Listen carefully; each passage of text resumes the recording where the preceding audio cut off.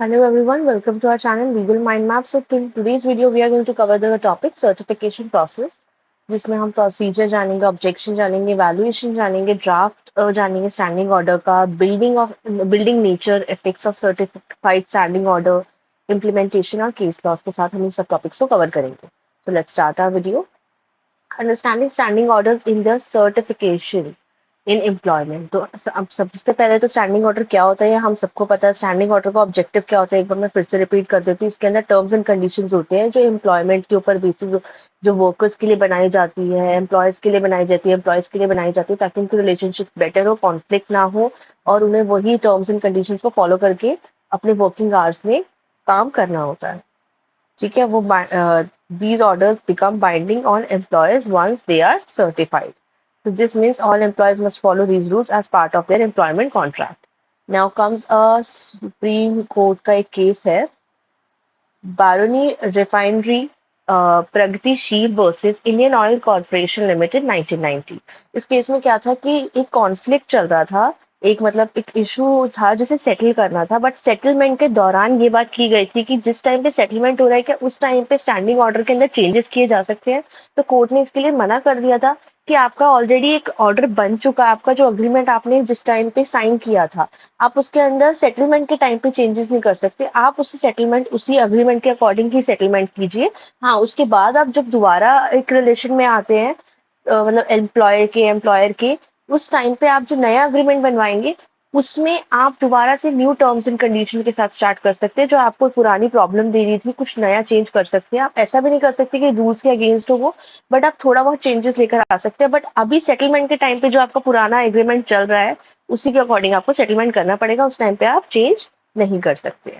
Now certifying the standing order, जब ना जो भी नेसेसरी चेंजेस हैं उनको करने के बाद, ऑब्जेक्शंस कंप्लीट करने के बाद, और जो सर्टिफाइंग ऑफिसर है वो स्टैंडिंग ऑर्डर अप्रूव कर देगा और वो जो फाइनल सर्टिफाइड स्टैंडिंग ऑर्डर है उसमें सारे चेंजेस करने के बाद एम्प्लॉयर को भी और वर्कर्स को भी उसकी कॉपी भेज देगा 7 डेज के अंदर अंदर. ठीक है, मैं सारे एग्जाम्पल्स इसमें नहीं पढ़ रही हूँ. आप एक बार अगर आपको समझना हो तो इसमें से एग्जाम्पल पढ़ लेना, बिकॉज मुझे अभी रिक्वायरमेंट नहीं लग रही है एग्जाम्पल समझाने की. Then notifying workers. अब जैसे मान लो let's say a company ABC manufacturing and wants to set new work place. तो उसमें सबसे पहला स्टेप क्या होगा, वर्कर्स को नोटिफाई करा जाएगा कि सर्टिफाइंग ऑफिसर जो है वो एक ड्राफ्ट रूल भेजेगा. ये हम शुरू से समझते आ रहे हैं, जो हमने अभी कवर किया है ना सारे स्टेप्स को वर्कर्स को, और जून 1 में. ठीक है, तो सर्टिफाइड ऑफिसर जो है वो सेंड करेगा ड्राफ्ट रूल जो वर्कर्स यूनियन को, वो जून 1. और वर्कर्स को अगर कोई इशू होता है, ठीक है, अगर कोई ऑब्जेक्शन भी है कि नहीं हमें ये रूल पसंद नहीं है या ये रूल हटा दो, मतलब नॉट पसंद, it's there should be a valid reason. अगर कोई रूल उनको सही नहीं लग रहा है तो वो जून 16 तक उनको ये बात रिप्लाई में भेजनी पड़ेगी वर्कर्स को. तो उनके ऑब्जेक्शन सुनने के बाद, जैसे ऑब्जेक्शन क्या है, workers object to the rule about only having 1 break during 8 hour shift. तो अब मीटिंग जो है, अब ऐसा अगर कोई वर्कर्स हैं जो ऑब्जेक्शन उठाते हैं तो अब मीटिंग सेटअप की जाएगी, दोनों पार्टीज को सुना जाएगा और उसके बाद फिर उस रूल्स के ऊपर बात होने के बाद सर्टिफाइंग जो है वो ऑर्डर इशू किया जाएगा. After making the change the certifying officer approves the final version of the rule and the final certified rules are send to both the company and the union by June 27. तो जून 27 तक जो final जो order है, जो draft किया जाएगा certified standing order, उसको भेज दिया जाएगा. सारी दोनों साइड की बातें सुनने के बाद, सारे रूल्स डिसाइड करने के बाद, सारी चीजों को सेटल करने के बाद. तो ये मैंने आपको ओवरऑल एक एग्जांपल के थ्रू सारे स्टेप्स जो अभी तक हमने इसमें डिस्कस किए थे सेक्शन 5 के अंदर, वो सारे मैंने बता दिए. Then understanding appeals in employment law. अब अपील के बारे में भी समझ लेते हैं. Appeal is an employment law refers to the process where an employer challenges a decision. कोई भी एम्प्लॉयर या फिर एम्प्लॉयर, अपील के बारे में बेसिकली हम सबको ही पता होगा कि जब हम किसी डिसीजन को चैलेंज करते हैं हायर अथॉरिटी में. तो यहाँ पे भी अपील का वही मतलब है कि कोई एम्प्लॉय है या फिर कोई एम्प्लॉयर है जिसको डिसीजन चैलेंज करना है और order related to the employment condition.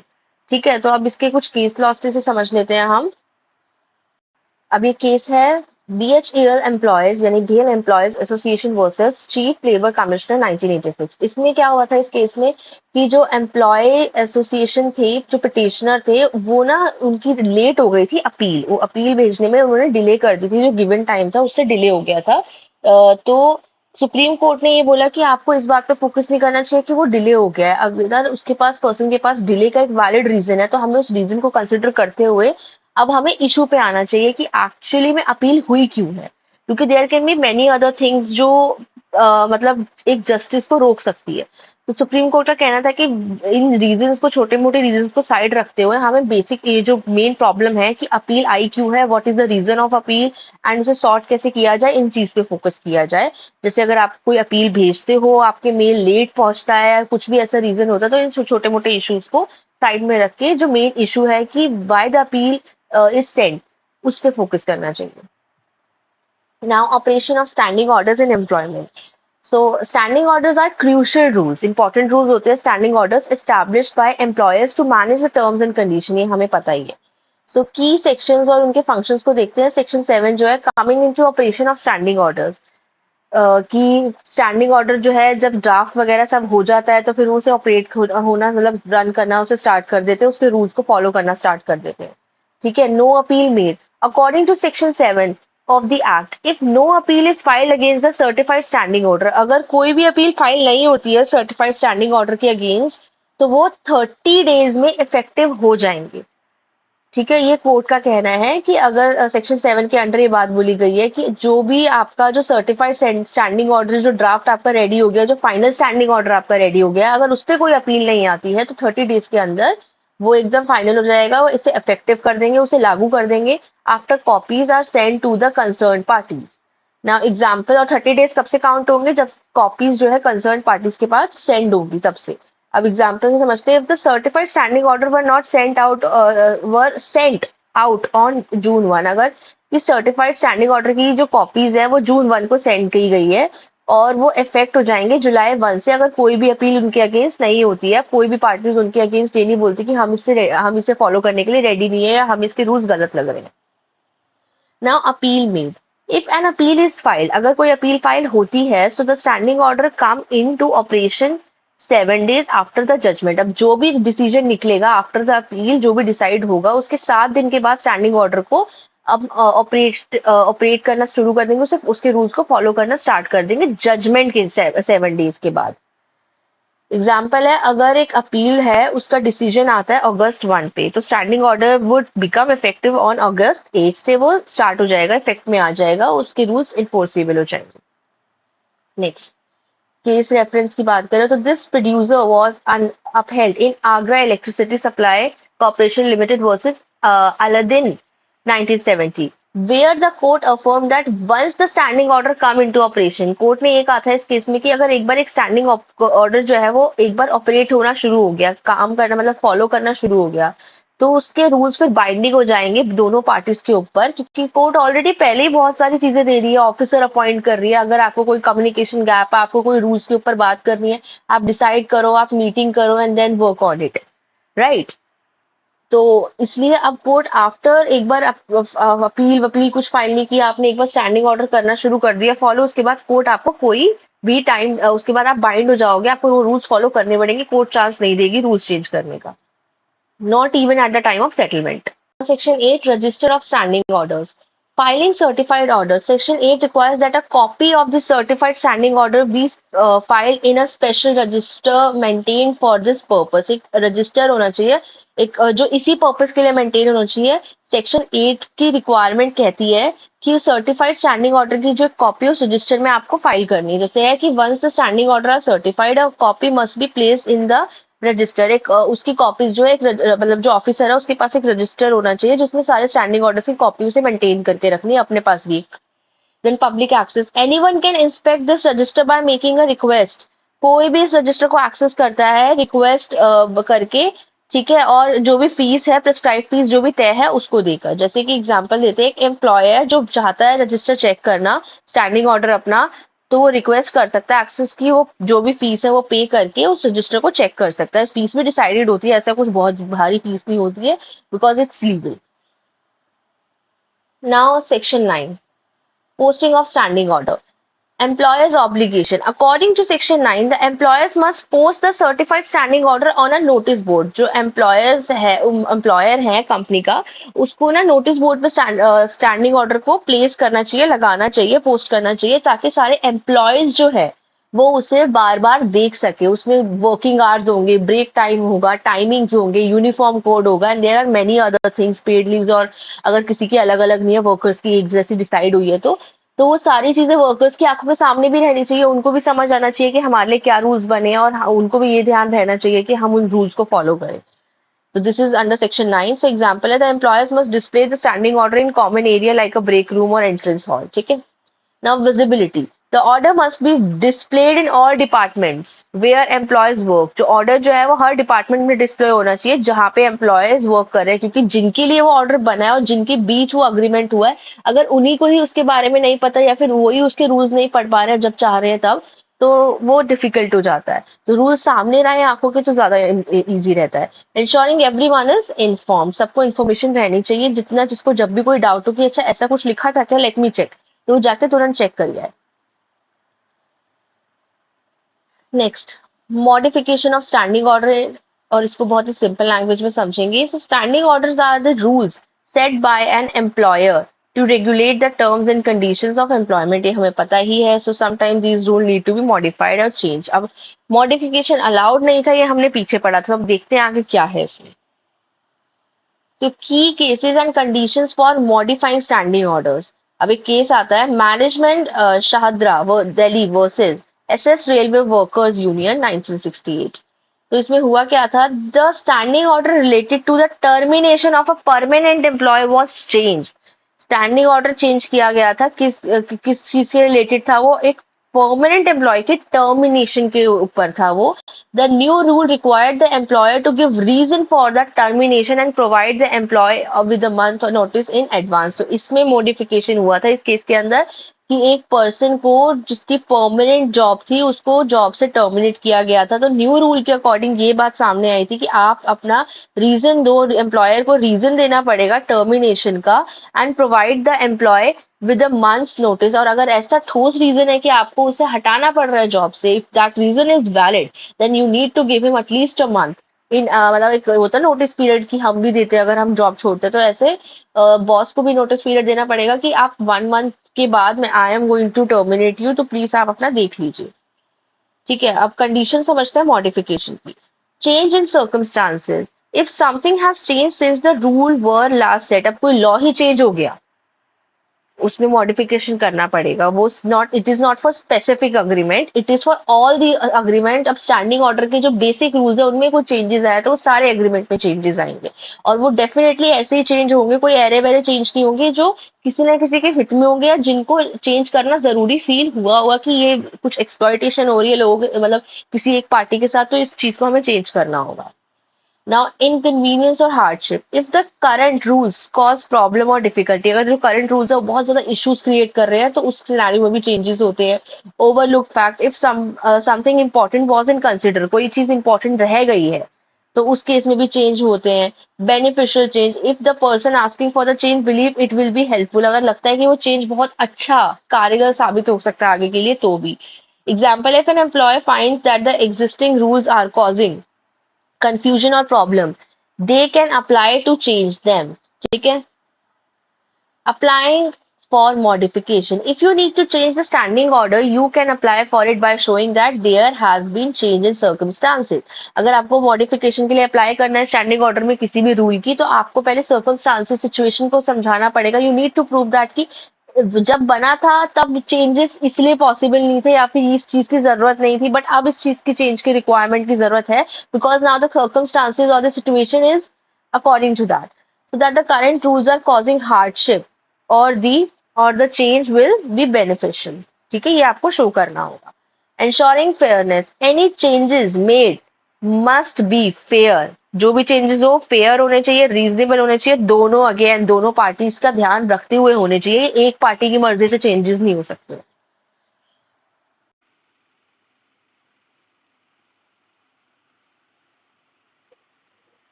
Now, a certifying officer is an official who approves and certifies the standing order. ये तो हमें पता ही है कि certifying officer के पास ये पावर होती है कि वही standing order को approve करता है, वही certification का process आगे लेके जाता है.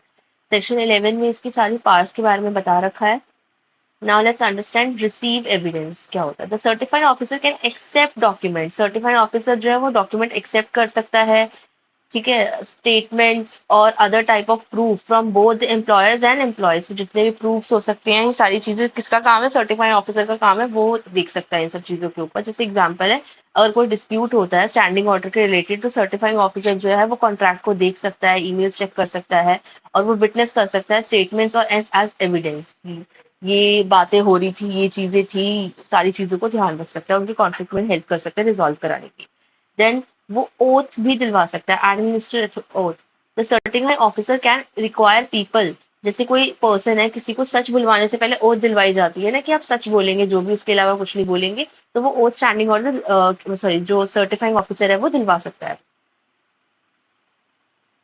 Next, enforce the attendance of witness.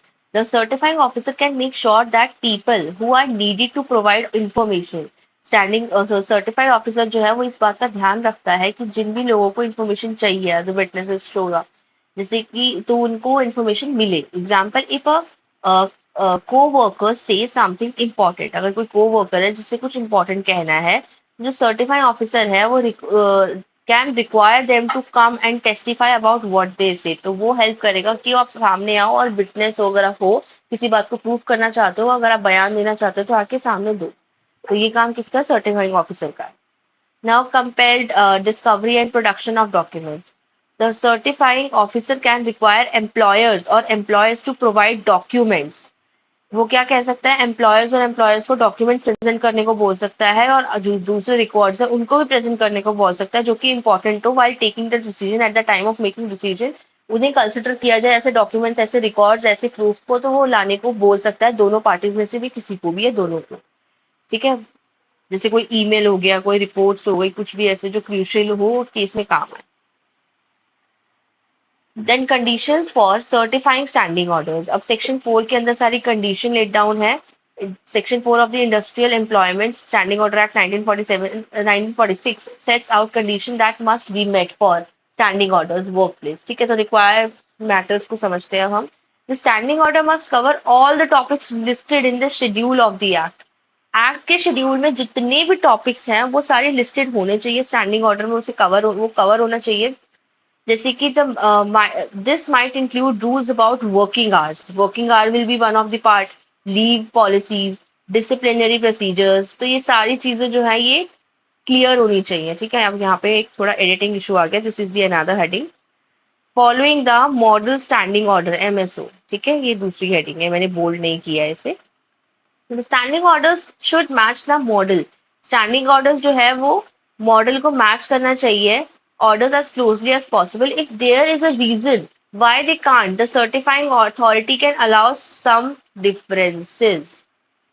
जैसे एग्जाम्पल से इस बात को अच्छे से समझ लेते हैं. If the model of standing orders suggest a retirement age 58, अगर जो स्टैंडिंग ऑर्डर का मॉडल है वो ये सजेस्ट करता है कि रिटायरमेंट एज को 58 रखो, बट जो कंपनी है उसकी स्पेशल सिचुएशन में ये चीज where this doesn't work, they can request to set a different age. जैसे किसी का कंपनी के काम जो है वो इतने डिफिकल्ट है कि जहाँ पे वो कहते हैं कि नहीं 58 की रिटायरमेंट एज नहीं, हमें उससे भी कम रखनी है, क्योंकि इससे ज्यादा तो हमारी कंपनी का जो काम है लाइक मान लो 40 से ज्यादा की एज वाले लोग कर नहीं पाएंगे, इतना मेहनत का काम है, तो उस सिनेरियो में एज का डिफरेंस हो सकता है, तो इसलिए मॉडल के साथ कुछ अलग चेंजेस हो सकते हैं for be good faith. Now, reasonableness of orders. The certifying officer must check if the standing orders are fair. ये बात इंपॉर्टेंट है. सर्टिफाइंग ऑफिसर्स को ये ध्यान रखना चाहिए कि स्टैंडिंग ऑर्डर फेयर और रीजनेबल होना चाहिए. अप्रूव करने से पहले इन सारी बातों पे ध्यान दिया जाता है कि कोई भी रूल हार्श नहीं होना चाहिए किसी भी पार्टी के लिए. Now, conditions for certification of standing orders में कवरिंग ऑल नेसेसरी टॉपिक्स. ये तो हमें पता ही है कि हमें सारे नेसेसरी टॉपिक्स जो है वो कवर करने हैं जो भी शेड्यूल के अंदर गिवन है स्टैंडिंग ऑर्डर के. ठीक है ना, added to the schedule by the government. Those must include two other topics can be included if they are fair and reasonable. और कुछ और एक्स्ट्रा टॉपिक्स भी लाए जा सकते हैं, ऐड किए जा सकते हैं अगर वो फेयर और रीजनेबल और उनकी नीड हो अगर, तो then only. Then uniformity of standing order. Once standing order are certified, they apply to all employees equally. ऐसा नहीं है कि इस एम्प्लॉय पे अप्लाई हो रहा है, इस पे अप्लाई नहीं हो रहा है, इस वर्कर को छोड़ दिया जा रहा है, इस वर्कर को कम टाइम दिया जा रहा है। जो उसमें अगर हाँ ये हो सकता है कि जैसे मान लो उसमें कुछ डिपार्टमेंट्स बना रखे हैं, जैसे ए डिपार्टमेंट है, बी डिपार्टमेंट है, इन दोनों का काम अलग अलग है, तो इन दोनों के काम के अकॉर्डिंग इनके काम के नीड के अकॉर्डिंग इनको ब्रेक टाइम अलग हो सकता है, इनका लंच टाइम अलग हो सकता है, according to the work environment और प्लेस। तो इनके लीव्स का जो है वो अलग हो सकता है कि किसी में कम मेहनत है, किसी में ज्यादा मेहनत है, ये चीजें डिफर कर सकती है। बट ऐसा नहीं हो सकता कि ए डिपार्टमेंट में जितने भी लोग काम कर रहे हैं उनका काम अगर सेम है तो उनके लिए अलग अलग रूल्स हो। एक यूनिफॉर्मिटी होती है जो सबके ऊपर होती है, और इनमें भी डिपार्टमेंट्स में भी कुछ ना कुछ रूल्स कॉमन ऐसे जरूर निकलेंगे जो सबके लिए कॉमन होंगे, सारे डिपार्टमेंट्स के लिए। So you can't have different rules for different groups of workers with in the same company. Now, case law. In the case MC Raju versus Executive Director 1948, जो कर्नाटका हाई कोर्ट था, उन्होंने clarify किया था कि जब तक कंपनी का खुद का स्टैंडिंग ऑर्डर नहीं आ जाता तब तक वो मॉडल स्टैंडिंग ऑर्डर जो है कंपनी को उसके ऊपर वर्क करना पड़ेगा। मतलब कि जब तक उनके खुद के अपने रूल्स नहीं आ जाते स्टैंडिंग ऑर्डर में बन के, तब तक जो मॉडल स्टैंडिंग ऑर्डर है जिसमें सारे शेड्यूल्स गवर्नमेंट ने सारे टॉपिक्स कवर किए, शेड्यूल के सब कुछ सारे रूल्स लिखे हुए हैं, कंपनी को उस मॉडल स्टैंडिंग ऑर्डर पे, यानी आप ये समझ लीजिए कि उस टाइम के लिए कंपनी के लिए एक रफ स्टैंडिंग ऑर्डर बन गया है, जो एप्लीकेबल तब तक है जब तक उनका खुद का स्टैंडिंग ऑर्डर नहीं आता। ठीक है, सो अब application of model standing order ये मैं बता ही चुकी हूँ, तब तक है जब तक खुद का स्टैंडिंग ऑर्डर नहीं आता, कंपनी की खुद की जो रूल बुक है स्टैंडिंग ऑर्डर की जो उनके अकॉर्डिंग बनेगी वो नहीं आती है। अब मॉडल ऑर्डर्स क्या होते हैं, वो गवर्नमेंट के अंडर होते हैं, तो उसमें हो सकता है कि कोई ना कोई अमेंडमेंट की जाए किसी भी टाइम पे, जो भी अब जब भी गवर्नमेंट को लगे कि इसकी जरूरत है। तो कंपनी को, और जिस टाइम पे कंपनी ने वो मॉडल ऑर्डर अपना रखा हो, like for a period of 1 month, उस टाइम पे कंपनी उस मॉडल ऑर्डर के अकॉर्डिंग चल रही है, मॉडल स्टैंडिंग ऑर्डर के अकॉर्डिंग, तो उस टाइम पे अगर कोई अमेंडमेंट होती है तो कंपनी को अमेंडमेंट भी माननी पड़ेगी। पूरा उसका एक प्रोसीजर होता है जो कंपनी को बताया जाएगा फॉलो करने का, सारी बातों की सहमति अपने वर्कर्स के साथ बैठ के करनी पड़ेगी कि ये अमेंडमेंट होगी, ये चेंजेस हो रहे हैं रूल में, और न्यू रूल के अकॉर्डिंग ऐसा ऐसा है। एंड कंपनी को वो चीज भी फॉलो करनी पड़ेगी जब तक उनका खुद का स्टैंडिंग ऑर्डर नहीं आता, और खुद का जब स्टैंडिंग ऑर्डर आएगा, ये बात भी फैक्ट है कि ऑफकोर्स न्यू रूल्स के अकॉर्डिंग ही बनकर आएगा वो। तो ये इस केस में था। That's it in this video. Please don't forget to like, comment, share, and subscribe to our YouTube channel. Thank you.